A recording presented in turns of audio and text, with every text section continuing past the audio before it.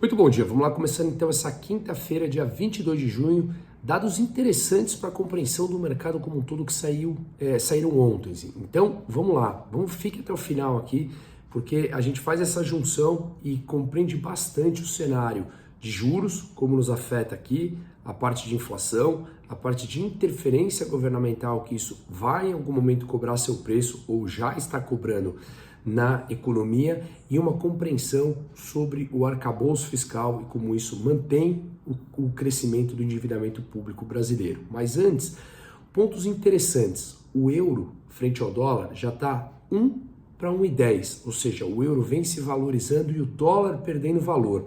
Vamos lá entender um pouquinho mais. O peso mexicano já se valorizou 13% frente ao dólar em 2023.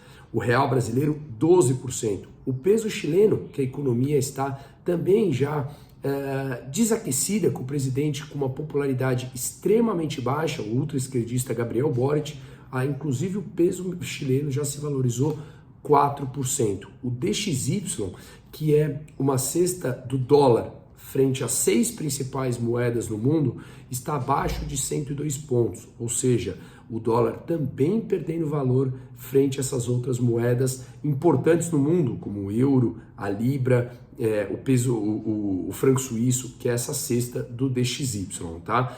Agora, isso mostra que a valorização das moedas frente ao dólar é algo generalizada, não é só do Brasil, achando para quem vai vender a ideia de que a política doméstica brasileira está um sucesso. Muito pelo contrário, o arcabouço vai mostrar, e a gente vai falar daqui a pouco, como ele é realmente perigoso. E então esse movimento de desvalorização do dólar, ele tem sido global frente a quase todas as outras moedas, com exceção aqui das moedas importantes do ien japonês. Todos os bancos centrais do mundo estão subindo juros, como a gente vai falar nesse próximo tópico agora. Mas o Japão vem mantendo a taxa de juros inalterada em menos 0,1%. O único país no mundo com taxa de juros nominal negativa. O que isso acontece? Acontece que muita gente vende os seus pesos, ou seus ienes, para comprar outras moedas e aplicar o seu dinheiro em países com taxas de juros mais altas, como Estados Unidos, como a própria Europa, que está subindo. Enfim, então, com isso, o ien japonês, por essa particularidade da taxa de juros, da manutenção da taxa de juros negativa, ele já perdeu 7% do seu valor frente ao dólar. No resto, todas as moedas e principalmente as emergentes já se valorizaram muito frente ao dólar esse ano. De novo, não é algo do Brasil, tá? Bom, nos Estados Unidos, ontem Jerome Powell falou na Câmara sobre a decisão de taxa de juros, hoje fala no Senado, sem novidades, falando que manteve as portas abertas para uma nova alta de taxa de juros por lá na próxima reunião, porque a inflação continua persistente e longe da meta, mais do que o dobro da meta estipulada pelo Banco Central americano, e com isso as bolsas americanas caíram com mais necessidade de aperto de juros, e isso deve frear a economia, que continua resiliente sob o ponto de vista de alguns dados econômicos, outros já nem tanto, mas isso levou à queda das bolsas americanas. Olha só que interessante, hoje o Banco Central inglês deverá subir a taxa de juros em 0,25% até 0,5%. Será a 13ª alta consecutiva da taxa de juros da Inglaterra, que hoje está em 4,5%, vai para 4,75% ou 5%, veremos, uma vez que a inflação ainda está em quase 9% por lá. O Banco Central Suíço, subiu em 0,25%, já está em 1,75%. Lembrando que o Banco Suíço, igual ao japonês, manteve taxa de juros negativa, nominal negativa, que chegou a menos 0,75% desde 2015 até quase ali o final da pandemia. Hoje já está em 1,75%. A Noruega subiu em meio ponto percentual e já está em 3,75%, também no mais alto nível desde 2008. Veja como tudo se ajeita. Depois da crise de 2008 nos Estados Unidos, que houve uma injeção absurda de capital no mundo por parte dos bancos centrais, depois no Banco Central Europeu, e isso se tornou uma prática corriqueira por mais de uma década, todos os juros foram jogados lá para baixo a zero, negativo, e agora o livre mercado cobra o seu preço através da inflação e eles precisam subir a taxa de juros. Quando sobe a taxa de juros, desaquece a economia, leva empresas a quebrar, leva pessoas à inadimplência, enfim, o livre mercado cobra seu preço como eu sempre falo, mais cedo ou mais tarde, tá? No Brasil, ontem foi, conforme esperado, a taxa de juros foi mantida em 13,75. O comunicado até do Banco Central foi mais duro, no meu entender ele já vinha mostrando que deixa a porta aberta para começar a baixar de forma suave nas próximas reuniões, na próxima agora em agosto, mas ele fala de parcimônia e paciência, e eu estou de acordo com isso.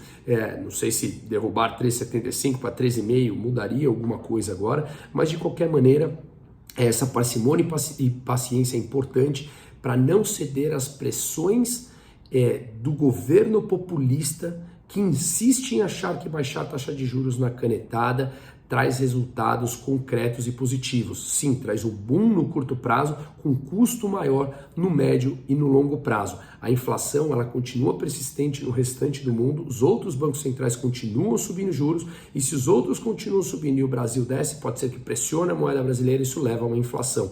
Não sei se derrubar 0,25 ou meio ponto percentual agora mudaria, isso cabe ao Banco Central, mas de qualquer maneira essa parcimônia e essa paciência, na minha opinião, é extremamente importante, e resistir às pressões políticas, uma vez que o Banco Central do Brasil é independente e que assim se mantenha, é extremamente importante no controle da inflação, tá? Agora um ponto interessante, vamos lá. Triste, interessante, mas Brasil nada surpreende. O Senado aprovou ontem o texto base do novo arcabouço fiscal com mais exceções e acréscimos de 32 bilhões de gastos em 2024. Tinha sido aprovado na Câmara, foi ao Senado para ser aprovado, fizeram mudanças nesse texto que veio da Câmara, agora precisa voltar ao Senado para ver se eles aprovam essas mudanças ou não. Espero que não, porque ele inclui 32 bilhões a mais em gastos. Então, estou até lendo aqui para não deixar escapar nada, ele nessa nova configuração do Senado, ela não inclui novas limitações de gastos do Fundeb, Fundo de Educação Básica, ou seja, os gastos com o Fundeb não entrariam no limite do teto de gastos, as transferências de União para o Fundo Constitucional do Distrito Federal também não entrariam no limite do teto de gastos, nem os gastos com ciência, tecnologia e inovação. E aí, muitos senadores já começaram a falar, olha, se não inclui ciência, tecnologia e inovação, então não deve incluir educação e saúde. E a gente volta na era petista, novamente, dos gastos, do Estado gigantesco, do Estado ineficiente e do Brasil endividado, sempre achando que o Estado é o indutor do desenvolvimento, olhando nos últimos mais de uma década que o governo do PT governou, entregou essa desastre que é o Brasil sob o ponto de vista de recursos públicos como um todo, tá? Além do mais, outra mudança é que a análise do período de inflação para incluir no que o governo pode gastar no ano seguinte veio da Câmara, em que o período de inflação os últimos 12 meses para analisar a inflação terminaria em junho, de julho a junho. E o governo quer mudar para dezembro a novembro, uma vez que aí você consegue fazer com que a inflação tenha uma mudança no seu número, algo técnico, mas tem uma mudança no seu número e seria mais vantajoso para o governo. Vamos ver se a Câmara mantém ou derruba.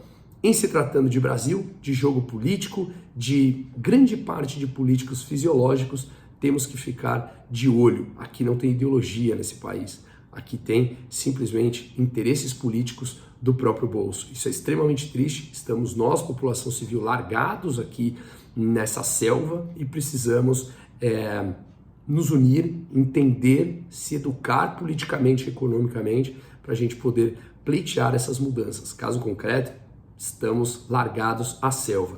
E o Ministério do Desenvolvimento, Indústria e Comércio, que tem como ministro o também vice-presidente Alckmin, ele prorrogou por 15 dias a exclusividade de pessoas físicas na compra de automóveis 0 km com desconto. Mais uma política de subsídio, mais uma política de protecionismo, em que ela simplesmente gasta dinheiro público à troca de uma medida populista que não dá certo no médio e no longo prazo, como nunca deu, analisando todas as políticas de automóveis que foram feitas desde os anos 90 aqui no Brasil. O Brasil é um dos países mais fechados do mundo, com protecionismo, com subsídio, e nenhum país ganha produtividade se não for aberto ao mundo e com livre mercado. Um ótimo dia para todo mundo.